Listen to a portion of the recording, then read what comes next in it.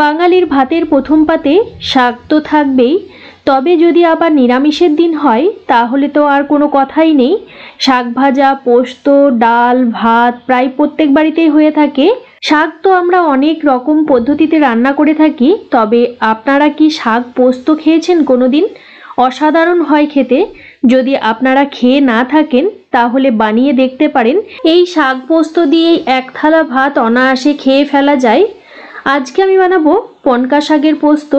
এই শাককে আবার অনেকে পুনকা শাক বা নোটে শাকও বলে থাকে। নমস্কার, অনুর হেসেলে আপনাদের সকলকে স্বাগত। আসুন শুরু করি আমার আজকের রেসিপিটি। পনকা শাকের পোস্ত বানানোর জন্য আমি এখানে 1 আঁটি পনকা শাক নিয়েছি।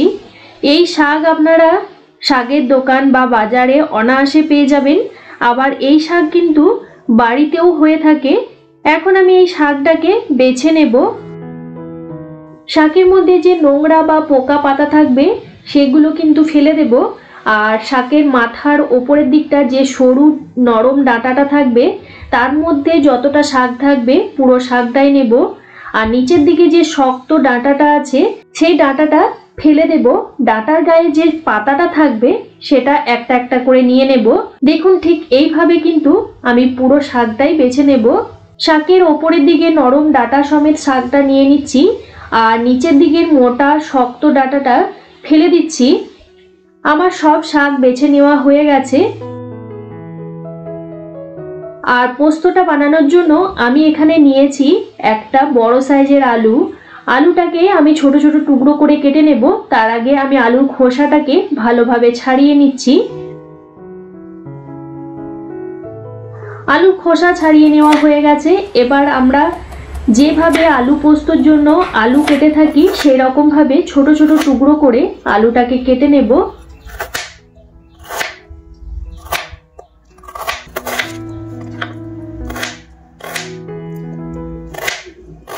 দেখুন ছোট টুকরো করে আলুটা কেটে নেওয়া হয়ে গেছে। এবার আমি শাকটাকেও কেটে নেব। শাকটাকে একদম ছোট ছোট টুকরো করে কেটে নেব।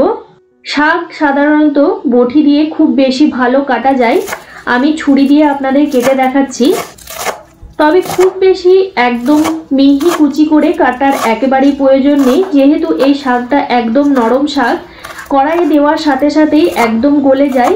তাই একটু মোটা মোটা করে কাটলেও কোনো অসুবিধা নেই। শাকটা কেটে নেওয়া হয়ে গেছে। এবার শাকটাকে আমি ভালোভাবে জল দিয়ে ধুয়ে পরিষ্কার করে নিয়ে তারপর ফিরে আসছি। শাকটা 2 থেকে 3 বার জল দিয়ে খুব ভালো করে ধুয়ে পরিষ্কার করে নিয়েছি।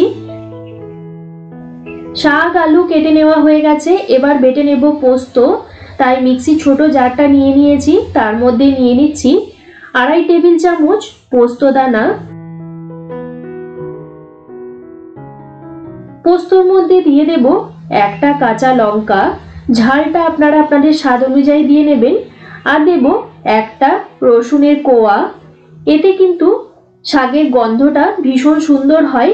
আপনারা যদি নিরামিষ বানাতে চান তাহলে কিন্তু রসুনটা না দিলেও হবে। সামান্য পরিমাণ জল অ্যাড করে পোস্তটা আমি বেটে নিলাম। দেখুন পোস্তটা একদম মিহি পেস্ট করে আমি বেটে নিয়েছি। এবার রান্নাটা শুরু করব। গ্যাসের মধ্যে কড়াই বসিয়ে নিয়েছি। কড়াইয়ের মধ্যে দিয়ে দেব 1.5 টেবিল চামচ সরষের তেল। তেল ভালোভাবে গরম হয়ে গেলে তেলের মধ্যে ফোড়নে দেব একটা শুকনো লঙ্কা। শুকনো লঙ্কাটাকে আমি ফাটিয়ে নিয়ে তারপর তেলের মধ্যে দিয়ে দিলাম। আর দেব খুব সামান্য পরিমাণ কালো জিরে। গ্যাসের ফ্লেমটাকে লোতে রেখে নাড়াচাড়া করে ফোড়নটাকে ভালো করে ভেজে নেব। ফোড়ন থেকে যখন সুন্দর গন্ধ বের হতে শুরু হবে তখন এর মধ্যে দিয়ে দেব ছোট টুকরো করে রাখা আলুগুলো। নাড়াচাড়া করে আলুটাকে সুন্দর করে ভেজে নেব। যতক্ষণ না হালকা একটা লালচে ব্রাউন কালার আসছে ততক্ষণ পর্যন্ত নাড়াচাড়া করে ভেজে নেব। আলু ভেজে নেওয়া হয়ে গেছে। দেখুন আলুর গায়ে হালকা ব্রাউন কালার এসে গেছে। এখন আমি এর মধ্যে দিয়ে দিচ্ছি কেটে ধুয়ে রাখা শাকটা। শাকের মধ্যে দিয়ে দেব পরিমাণ মতো লবণ। এবার লবণটাও ভালোভাবে মিশিয়ে নিচ্ছি।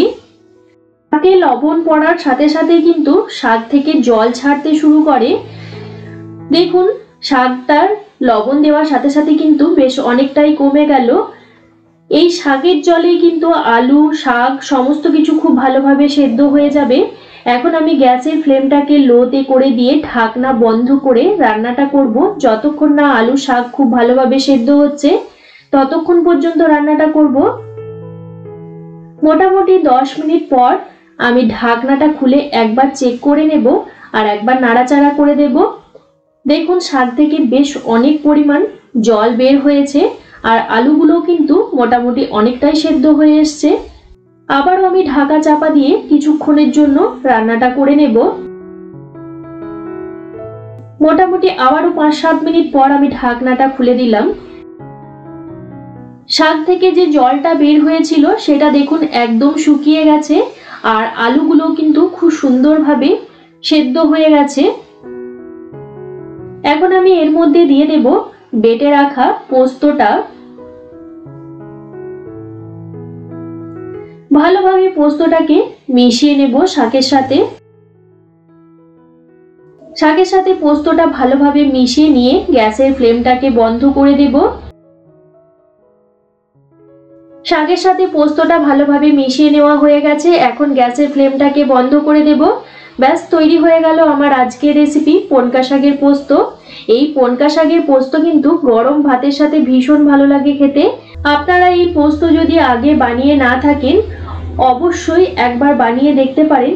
আশা রাখি আপনাদেরও ভীষণ ভালো লাগবে। আমার আজকের এই পনকা শাকের রেসিপির ভিডিও আপনাদের কেমন লাগলো অবশ্যই কমেন্ট করে জানাবেন আর একটা লাইক করে দেবেন।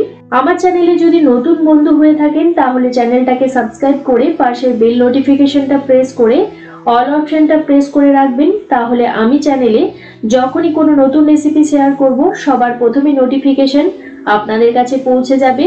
আজকের মতো এই পর্যন্ত। আবারও কোনো নতুন রেসিপি নিয়ে হাজির হব আপনাদের কাছে। আপনারা ভালো থাকবেন, সুস্থ থাকবেন। ধন্যবাদ।